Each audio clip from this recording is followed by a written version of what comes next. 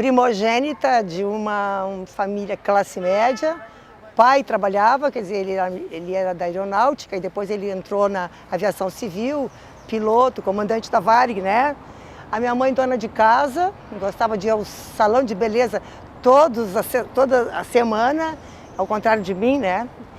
E moramos em pátios com árvores. Eu era um menino, shortinho e tal, que a mãe costurava mesmo. E vivia trepada em árvore, brincando com o cachorro, quando tinha galinha também. E tínhamos também uma avó materna, casal de avós maternos, em Barra do Ribeiro, a 60 quilômetros de Porto Alegre. Lá também eles plantavam arroz, então eu deitava naquelas calhas, ficava ali com os peixinhos passando, adorava. Eu era tão moleque que a minha mãe me botou no piano para tomar jeito e no melhor curso de balé de Porto Alegre. Mas porque eu sentava assim de perna aberta, coisa e tal, né? Aí com o tempo foi ajeitando, as melancias foram se ajeitando no caminhão, né? E morava na Zona Norte, toda a vida morei na Zona Norte, zona industrial. A gente ficava tão presa em casa que eu só fui conhecer o outro lado da cidade depois que eu passei no vestibular, porque o vestibular, jornalismo, estava perto da 0 hora, digamos assim, e tinham nos tirado da companhia do direito, da filosofia, posto que estávamos em pleno regime militar. Então, era muito melhor nos colocar do lado da biblioteconomia, que hoje eu adoro. Depois que tu faz um mestrado ou defende uma tese, tu entende o valor da biblioteconomia. Mas naquela época foi o ó do Borogodó, era um castigo, porque as maneiras eram diferentes, né? Mas como é que tu foi parar no jornalismo? Ah, tá. Aí estudei, fiz o colégio primário, o curso primário, aqueles de guarda-pó, com aquele laço azul de fita. Ótimo. Depois fiz o exame de admissão que se fazia para entrar no ginásio. Passei, fui do Grupo Escolar Souza Lobo, fui para o colégio Cândido José Prarã, esqueci. E lá fiz ginásio, depois fiz clássico, escolhi. E estava chegando a hora de decidir. Ainda bem que o ambiente escolar exigia isso. Como é? Tu vai fazer o quê? Eu pensava em fazer direito, mas era uma muito boa aluna de português. A professora Lígia gostava, me elogiava e tal. Eu fazia redações, mas assim, do mundo eu não sabia nada. Nem que tinha uma perseguição política pela cidade, que havia o AI-5. O AI-5 não tinha chegado ainda, porque isso era os anos 60 ainda. E o AI-5 acho que era 73, né? E quando chegou a hora, eu falei, o que eu vou fazer e tal. A diretora, a dona Clara, me chamou e disse, já escolheste o que você quer fazer? Vai fazer vestibular para quê? Eu disse, acho que, dona Clara, acho que eu vou fazer para direito. Minha querida, mas tu escreve tão bem, aquela coisa. Fiquei apaixonada por mim mesma. Tu escreve tão bem, por que tu não vai para jornalismo? Tá. Eu nem sabia o que o jornalista fazia. Eu lia, meu pai trazia dos aviões dele o que sobrava dos jornais, então eu lia alguma coisa do Jornal do Brasil, do Globo, do Estado de São Paulo, pintava uma manchete, uma revista Manchete, uma Cruzeiro e alguns livros, por exemplo, Os Maias e Carolina, Quarto de Despejo, Carolina de Jesus, essas coisas eu li assim, mas não era muita coisa. Eu fiz. Minha mãe, antes disso, eu tinha começado a fazer cursinho pré-vestibular, mas eu tinha um namorado, 10 anos mais velho do que eu, que dizia, sim, minha querida, pode fazer, vai ser maravilhoso, nós vamos pendurar o teu diploma na sala. Tá bem, aquilo ficou. O meu pai dizia, eu quis uma época ser aeromoça, e o pai dizia, isso vai sair, vai ser um horror no mundo, mas o pai dizia, a aeromoça é prostituta do ar. Aí eu dizia assim, pai, eu acabei dizendo, pai, as jornalistas têm uma fama de serem prostitutas da terra. Isso não importa, pai. Nessa altura eu também ia. Como é que deve ser o jornalismo? Não tinha essa história de eu ter visitado uma redação, de eu ter falado, nada, foi no seco mesmo. E passei de cara, assim, porque minha mãe dizia, não, esse cursinho vestibular que tu largaste por causa do Renato, não te importa, vai lá, sem compromisso. E eu fui. Ninguém esperava nada de mim, pimba, passei. E aí fui fazer jornalismo, começava com aquele negócio, acho que coletivo, que eu não me lembro o nome, e fomos a primeira turma depois da reforma de ensino implementada pelos militares. Então, tudo que era interessante do jornalismo foi retirado. Ficávamos ali escrevendo datilografia, queriam que a gente fizesse taquigrafia, eu não optei por essa. E tinha aulas assim de história do jornalismo, mas a gente já queria escrever de cara, né? E hoje acontece já nos primeiros momentos do curso, graças a Deus, vão para os meninos e meninas escreverem. E aquilo era muito ruim, muito desgastante. O que rolava mais era a gente flertar com as pessoas. Lembra que aquilo era uma época assim, de 200 anos atrás, sexo era uma coisa pecaminosa, não podia falar. Então era bem pura a coisa, né? E aí eu soube que tinha estágio aberto na Folha da Manhã da Caldas Júnior, que era o jornal mais esquerda que tinha, e fui lá me candidatar. Maior sofrimento, timidez, meu Deus. Cheguei lá e encontrei o Caco Barcelos. Caco Barcelos era um dos pretendentes. E mais uma menina daqui, Doroti, se eu não me engano, que eu não me lembro o sobrenome dela. E fomos, era uma coisa bem controlada. 3 dias de teste e depois 3 meses de execução lá do desenvolvimento do teu estágio. Ao final desse período, tu serias contratado ou não. O Caco e eu fomos contratados. O Caco era uma figura engraçada porque ele era motorista de táxi, dirigiu o táxi do tio dele para pagar a PUC. Ele era da PUC. E eu não tinha que pagar nada, né? Só sei que eu pegava 2 ônibus para ir, 2 ônibus para voltar. E não tinha esse casamento aí, não, combinado. E eu fui para a Folha da Manhã. Os caras olhavam, era estranho. Nunca ninguém tinha, o Diário Catarinense não tinha ainda contratado uma mulher que tivesse saído da faculdade, eu era a primeira. E pensava as piores coisas sobre essa criatura. Aí me sacanearam. A primeira matéria que me deram foi cibernética jurídica. E lógico, McLuhan, a gente estava sendo bombardeado por McLuhan. Fui entrevistar e o desembargador ficou umas 3 horas comigo, literalmente me ditando tudo. E eu não escrevia muito rápido. Cheguei, bati aquilo, a gente batia a matéria, né? Bati aquilo e entreguei para o meu editor. Ele olhou e disse assim, quanto por cento dos nossos leitores você acha que vão ler e entender essa matéria? Eu disse, bem cara de pau, uns 30%. Está sendo muito otimista, vai para casa e amanhã volta que a gente recomeça essa tua passagem por aqui. Naquelas laudinhas pequenas. Aí no dia seguinte eu fui fazer voltei e passei a fazer aquilo que eu tinha que fazer. Buraco, reclamação, as pessoas estavam assim, quando dava um fechamento de rua para o protesto de morador, o jornal festejava e mandava repórter, porque era uma reação. A ditadura não tinha calado todos, né? Dali, fiquei ali, fui indo, sempre fazendo matérias assim, não, sem muita importância, até que eu fui levada para 0 Hora. Também alguém disse, vai lá. E lá eu conheci uma Mafalda, mas tem um detalhe, antes disso eu saí da Folha da Manhã e vim trabalhar no mais antigo, o Jornal Estado. Aqui com Sardá, com Tancredo, com Caruso. Era uma redação assim, ó. Aprendi muito, fiz matérias mais humanas, enquanto a Folha da Manhã era matéria mais assim, aqui eu aprendi assim, um textinho mais literário, um pré do texto literário. Deu certo, mas eu voltei. Aí eu fui para Zero Hora. Lá encontrei uma Mafalda.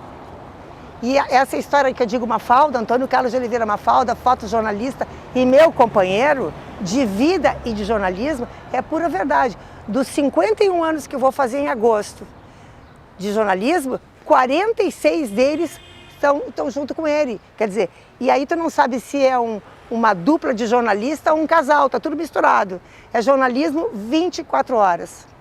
Total. Um grande pauteiro ele, muito bom pauteiro. Me esperando, ele já tinha me visto, estava interessado. E um detalhe, eu era casada naquela época. Mas enfim, depois eu descasei.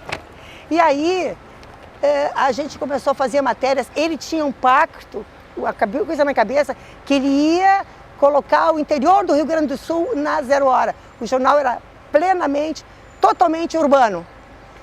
E fizemos matérias sobre fome no Rio Grande do Sul, seca. Fizemos uma pauta assim que era sobre a hipótese de o polo petroquímico de Porto Alegre, que era lá em Triunfo, Montenegro, ter o vazamento, o que aconteceria com a água que os habitantes de Porto Alegre consumiam. Isso rendeu para mim um prêmio de jornalismo que não tinha inscrição. A Fiergues, né, a Federação das Indústrias do Rio Grande do Sul, escolhia as matérias. E eu me lembro que tinha assim, a gente não escreveu nada.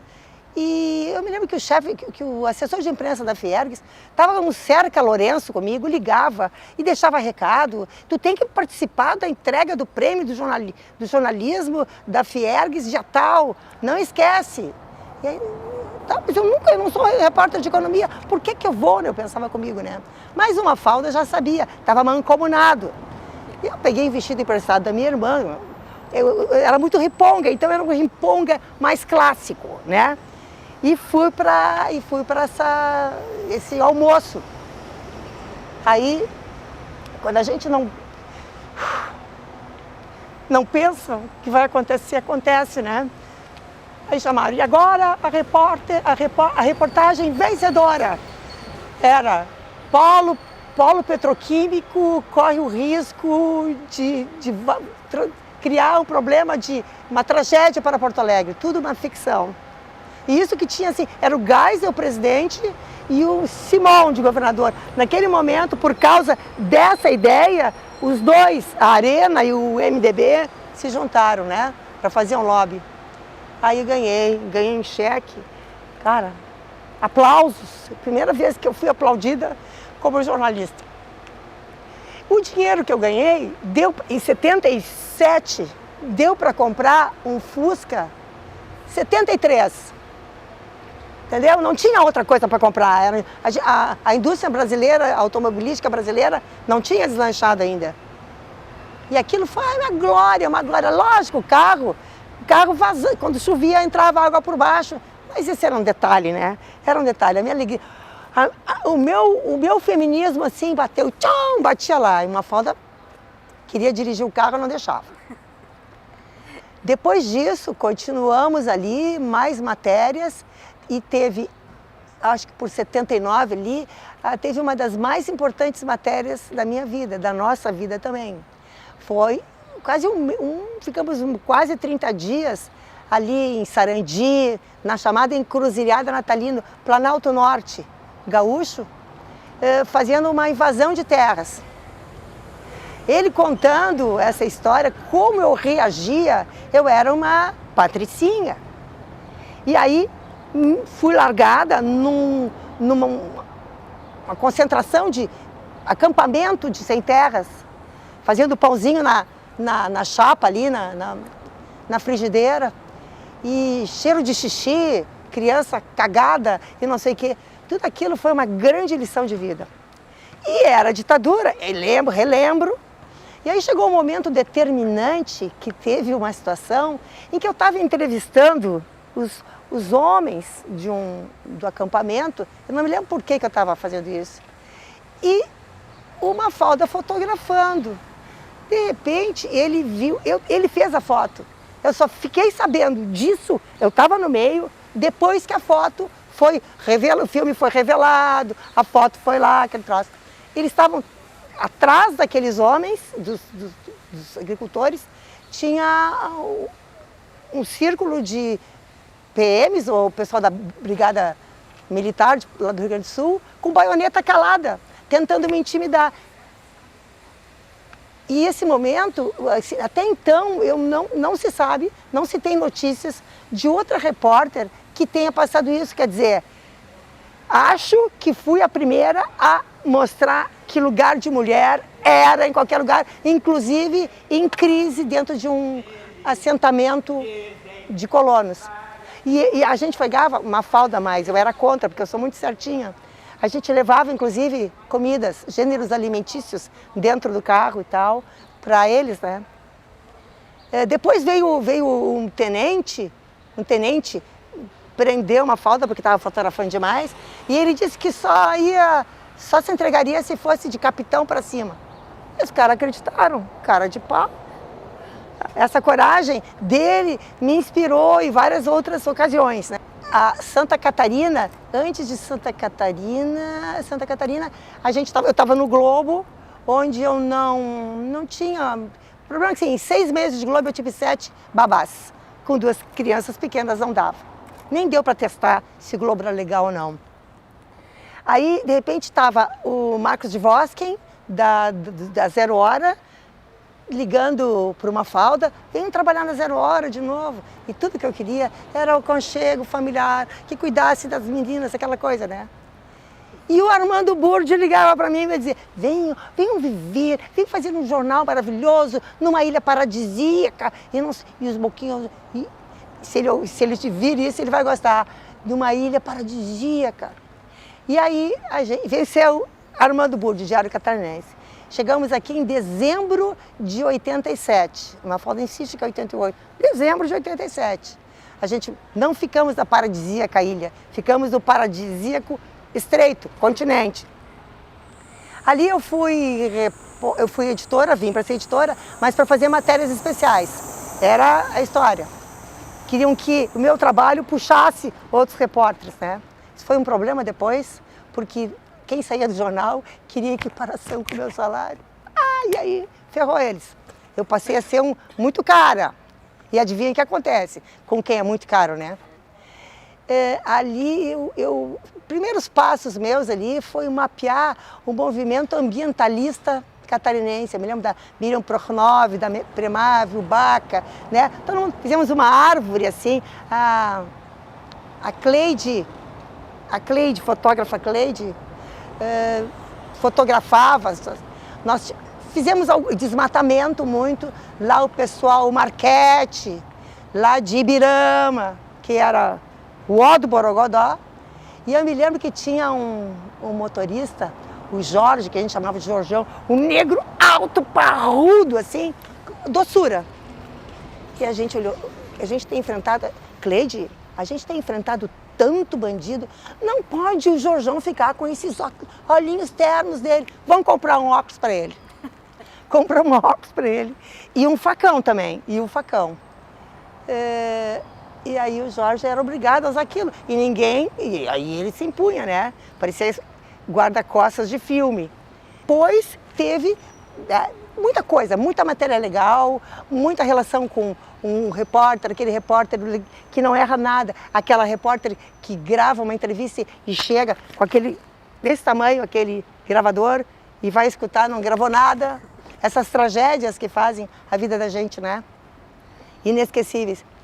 E até que era muito ligado ao Ministério Público, à parte de meio ambiente do Ministério Público Estadual e ao IPUF, eu aceitei o desafio que me foi feito por eles de comprar, fazer de conta que estava comprando uma área muito especial e registrar no cartório como uma escritura de posse. Escritura de posse. O que nós fizemos? Pegar um papel, o pessoal do IPUF, mas ao norte tal, aqui tal, a área ficava, ao norte tinha isso, ao leste tinha isso, o resultado se sobrepunha a uma das pistas do aeroporto. E fomos para o tabelião do sul da ilha, do Ribeirão da ilha, se eu não me engano. Junto e um fotógrafo, estava de frila aqui, que se fazia passar por meu primo. Aí, até vou fazer uma casa, a mãe vai vir, os primos vão vir. A gente fazia uma ceninha. Quem vendia a terra era o motorista não lembro o nome, do diário, coisa mais querida. Então estava lá, tinha passado ali, registramos. Lógico, para fazer isso, foram uma semana por aí de preparação. Mas não tinha preparação. Sempre eu estava assim, imagina, né? Eu não gosto de mentir, eu só menti como jornalista. Entendeu? É isso? Não, então eu estava mentindo, eu não era, eu estava...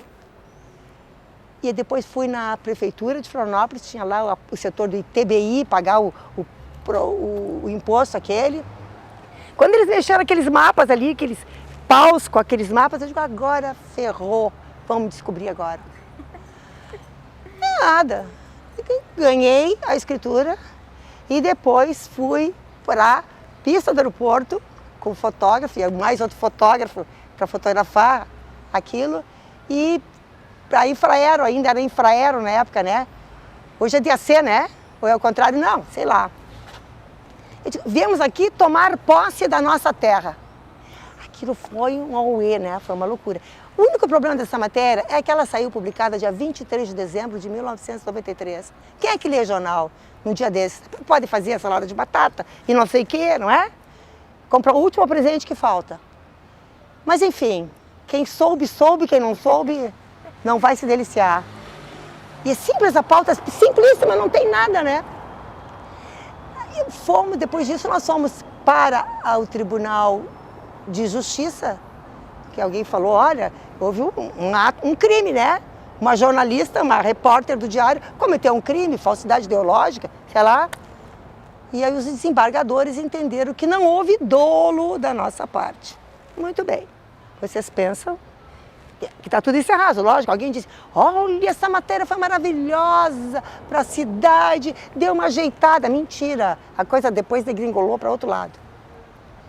Um belo dia, quando a informática, a gente estava conseguindo acessar os arquivos de várias coisas, entre elas de um tribunal de justiça, eu olhei lá, meu nome, tinha sido condenada por não pagamento de IPTU da minha área.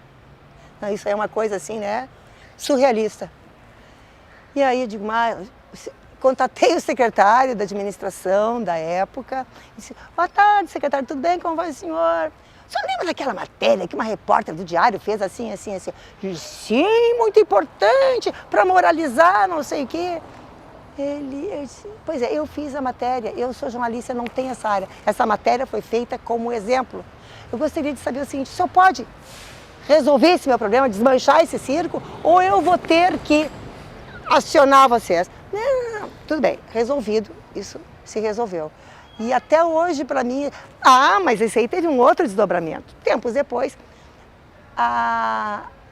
teve o prêmio ESSO de jornalismo e a minha matéria foi inscrita. Fui com a Núbia Silveira para lá, que era editora-chefe executiva. Quando apresento, fazia um pequeno briefing de cada candidato de reportagem geral, eu senti que foi assim, repórter do Diário Catarinense compra a pista do aeroporto para demonstrar a existência de uma indústria de posses, de escrituras de posse irregulares. Eu disse, eu digo, é minha, é meu. E seria o primeiro do Diário, se eu não me engano. E acho que o Celso Vicente tinha tangenciado alguma coisa, não sei. Dei um chute na Núbia, assim, que eu acho que ela deve ter a cicatriz até hoje. E o Augusto Nunes, que era o editor-chefe da Zero Hora, está vivo e eu vou falar. Está vivo e eu vou falar. Era o editor-chefe da Zero Hora, que também, um jornal que também tinha uma matéria inscrita no prêmio, concorrendo, votou, escolheu, ajudou a escolher, foi jurado, era jurado. E a matéria era uma matéria interessante sobre como era a vida dos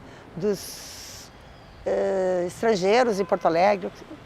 Mas não se chegava aos pés, não da matéria que qualquer um faria, tendo a pauta que era como ponto de partida. E ele não poderia, ele tinha que se colocar, como é que se diz? Colocar, interferir, né?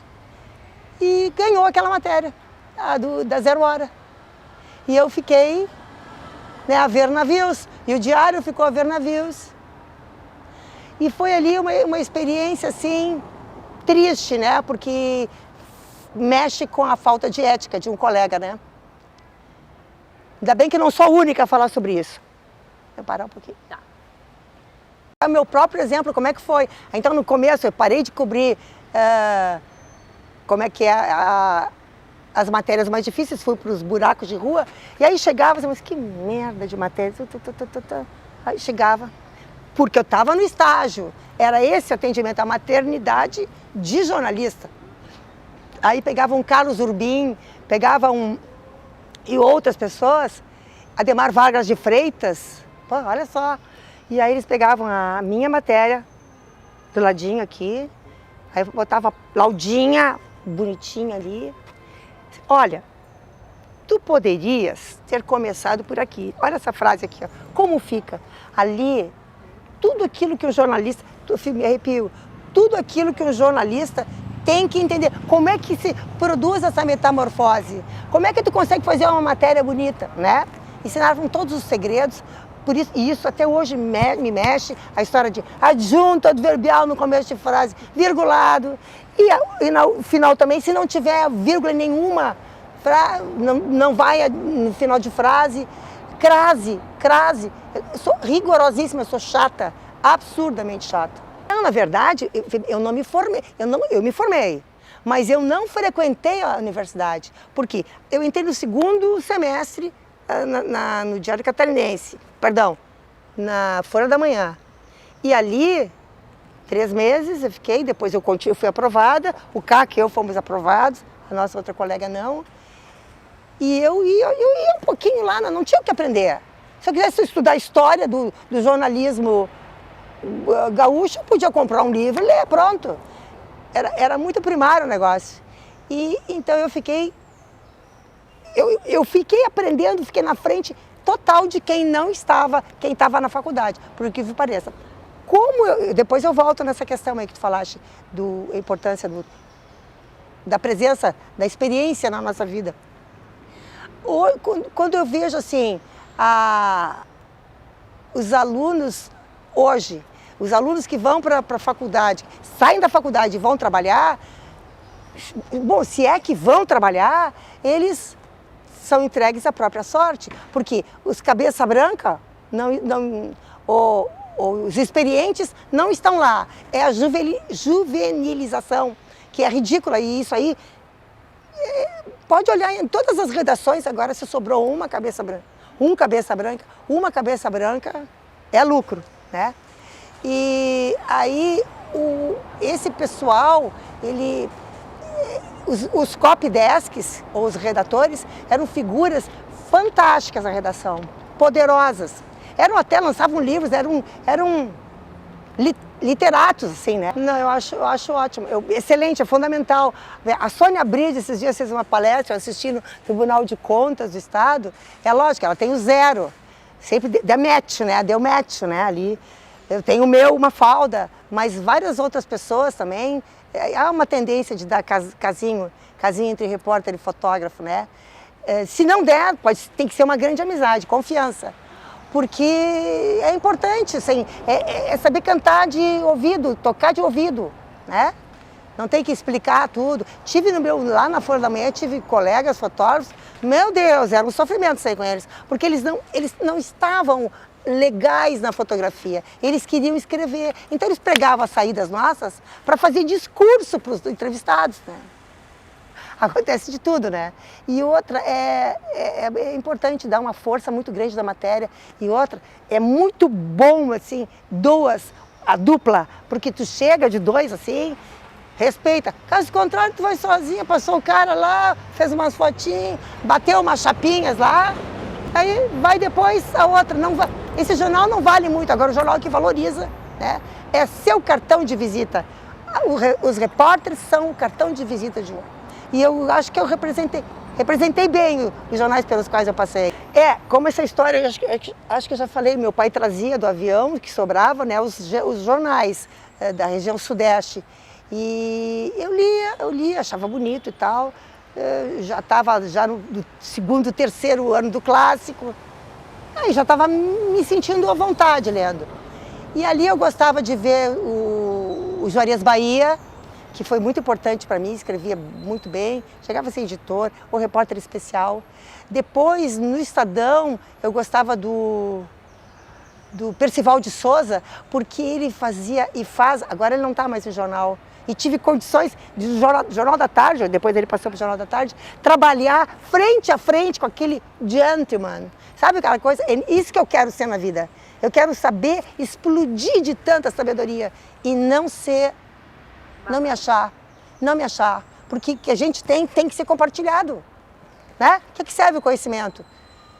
E aí tinha o Randall Marques também, que foi, nós fizemos, eu meio que substituí, ele estava doente e tal, e ele fazia muita matéria sobre a Mata Atlântica, SOS Mata Atlântica, nasceu ali, né, de São Paulo, e eu fazia coleta, derrubada de palmito e outras coisas mais, vivia envolvida com a polícia militar ambiental e também com outras pessoas que davam exemplos. Mas naquela época não é como hoje aqui.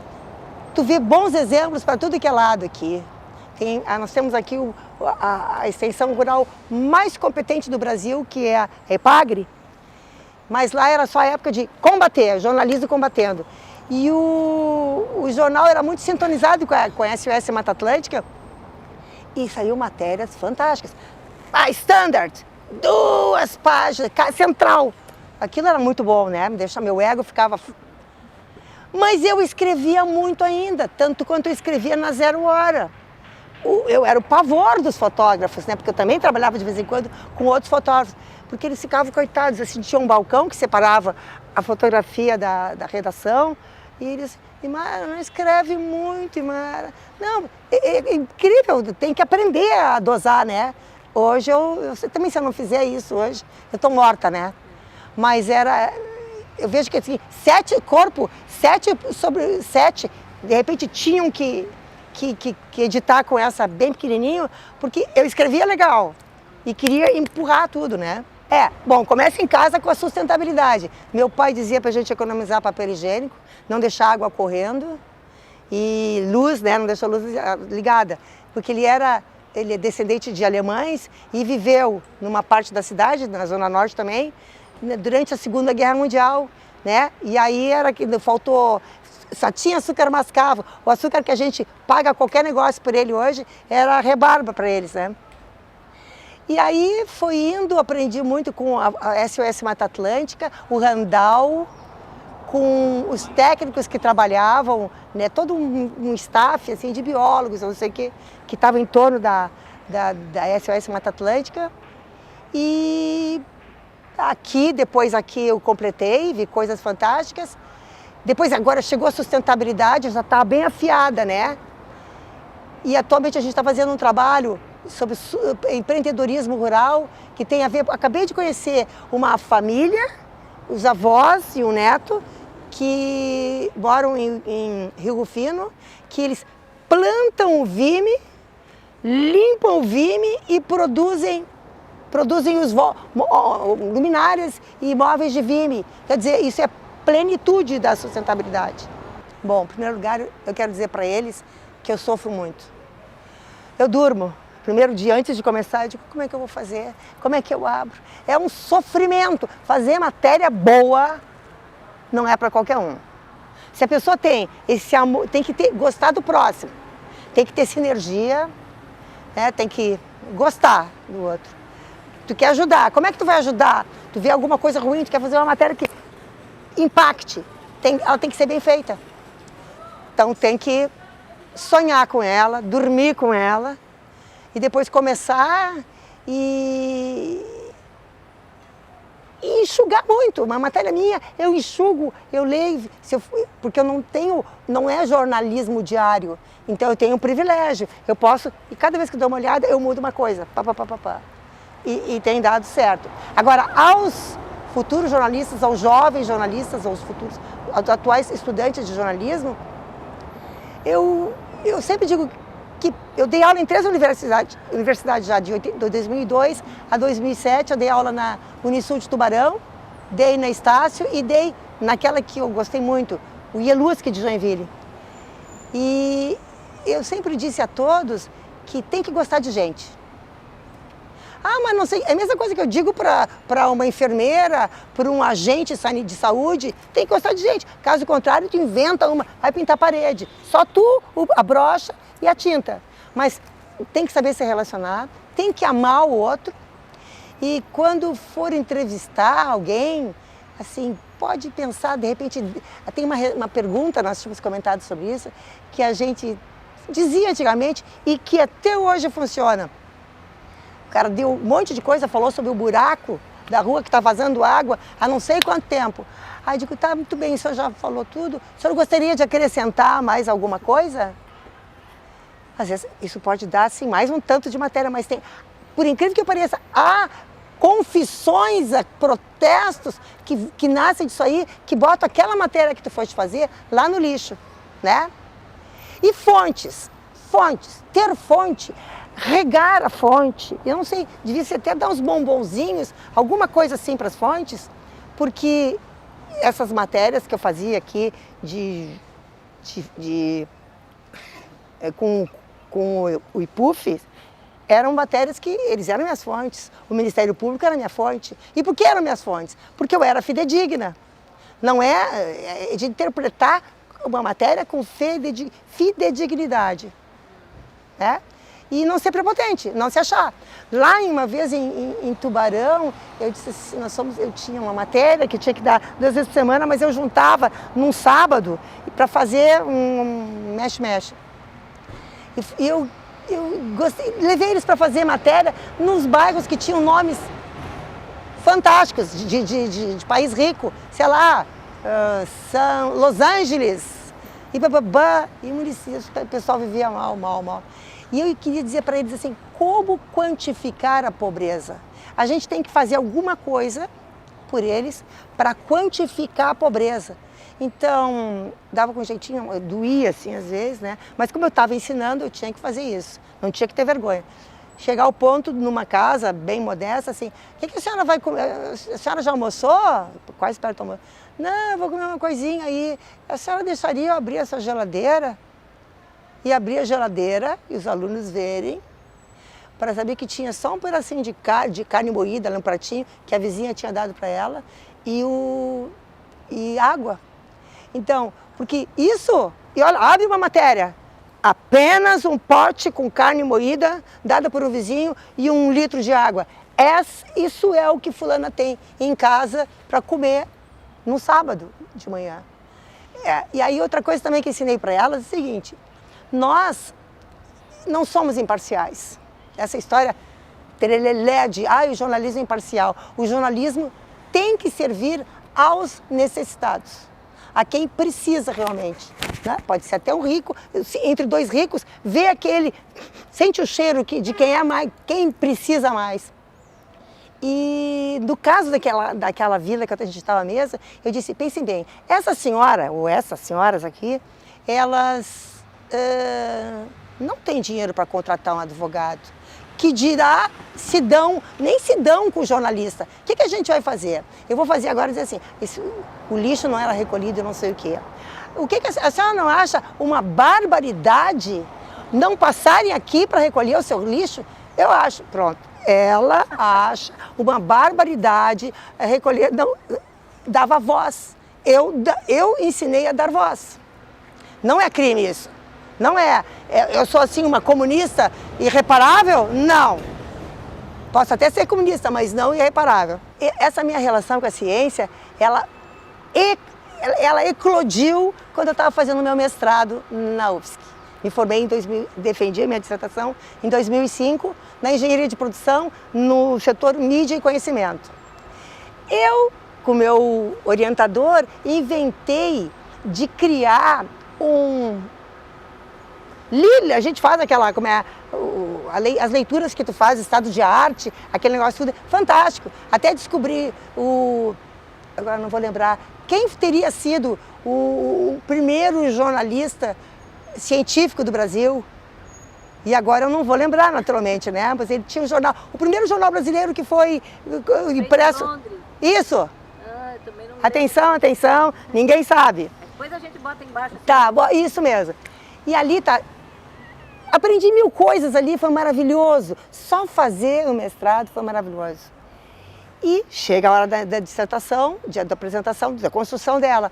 E eu resolvi fazer um questionário para ser colocado num banco de teses e dissertações que a engenharia de produção tinha, não sei se tem ainda, e que tinha algumas características específicas, baseadas em algumas conclusões minhas. Primeiro, o jornalista gostaria, sim, de publicar matérias baseadas em pesquisas defendidas, feitas na universidade.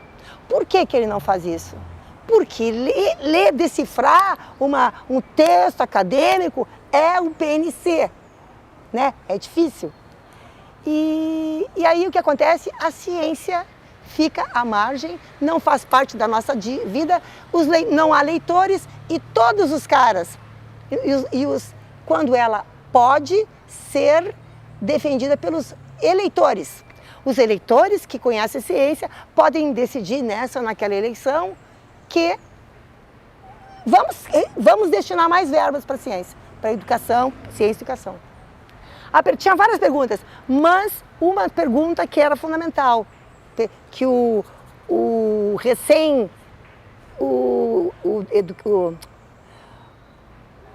estudante lá poderia dizer: por que seu trabalho é importante para a sociedade? Cara, tinha várias perguntas, mas para mim a pergunta facada era essa. Resultado, mas eu fui vítima também de problemas na ciência, né? Então, eu no IELUS, que também eu fazia trabalhos assim à tarde em vários setores, e eu cheguei a estava construindo um projeto para enfermagem, para turismo, para jornalismo, um questionário. Aí depois, às vezes as pessoas foram, como é que são, a demissão, as pessoas, a inadimplência, mexeu com a estrutura e eu acabei saindo porque não me interessava mais. Mas era legal pra caramba, né? E as linguagens são diferentes. Meu Deus, eu apanhei para escrever na linguagem acadêmica. Não é fácil, quer dizer, agora, dominar as duas é mais legal, né? Eu não sei, eu acho assim muito repetitivo. Agora a gente está na televisão falando sobre falta de leite materno, falta de leite. A gente pega bandeiras e fica. E tem muita coisa que não aparece, porque não há concorrência. O Diário tem uma revista chamada Diário. A NSC tem uma revista. A RIC tem um jornal. Quer dizer, não há concorrência nenhuma nessa história. E a concorrência é maravilhosa. Olha o furo que o outro vai dar, a loucura. É que nem técnico de futebol. Perdeu muito, vai para o Palmeiras, o Mano Menezes, né?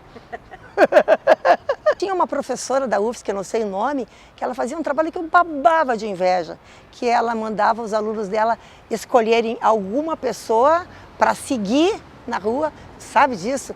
E aí, só olhando, só na observação, fazer uma matéria, que é de observação, né? Eu achava isso fantástico, eu não sei se é feito hoje ainda. Eu sei assim, que está muito na internet, a gente está muito para fora, quando a gente tem que ir muito para dentro da gente também, né?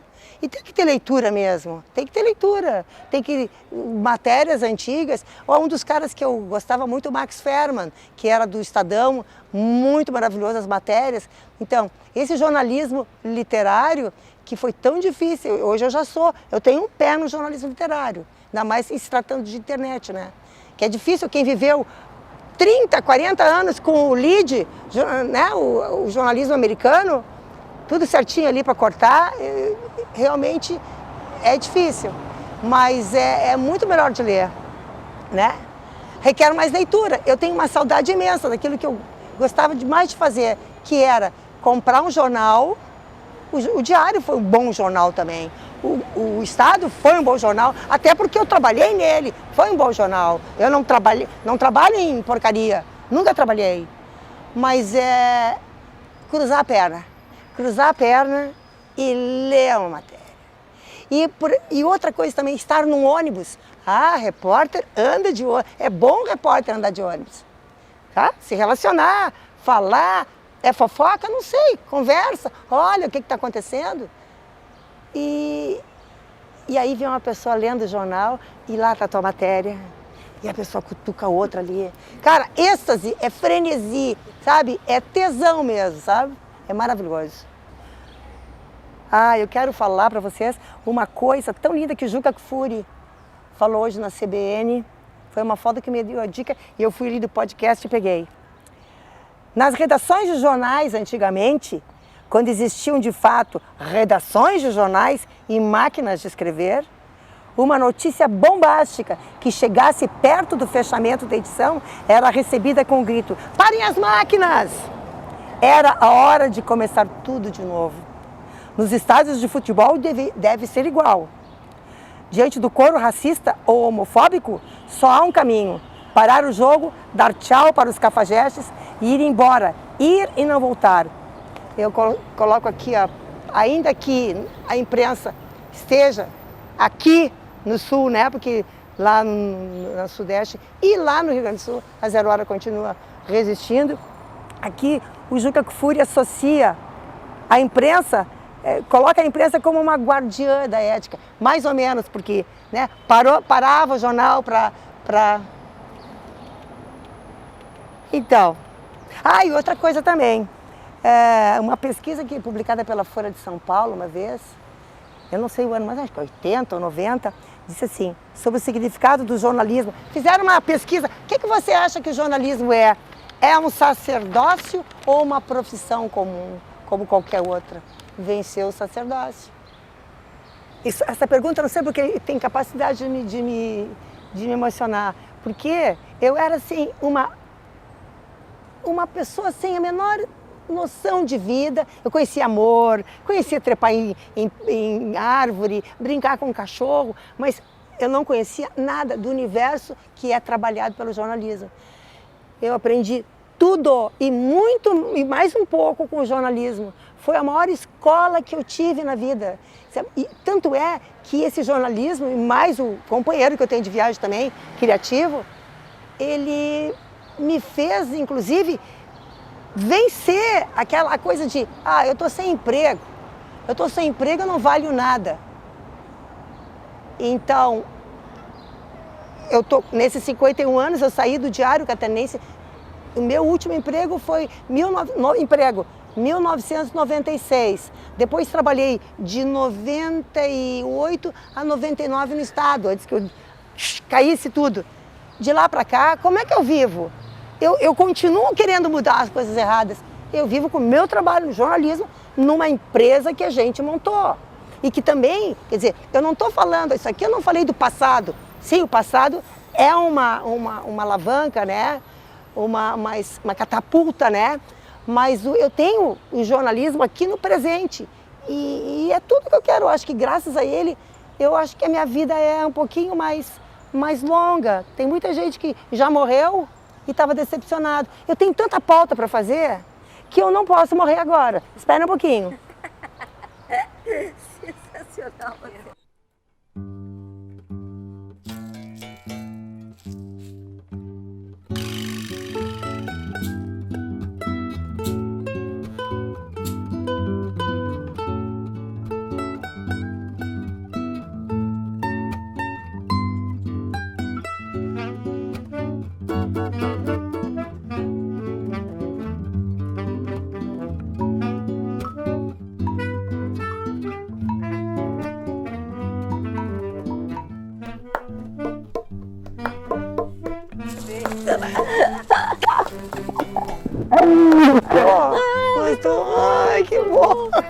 eu te conhecia pouco assim, né? Não sabia dessa tua paixão, me emociona muito bem. Sou muito apaixonada. Eu trabalhei no jornal, numa empresa, que era a Calda Júnior, que tinha a Folha da Tarde, ela foi vespertina. Depois, com o tempo, ela saiu para concorrer com o próprio Correio do Povo.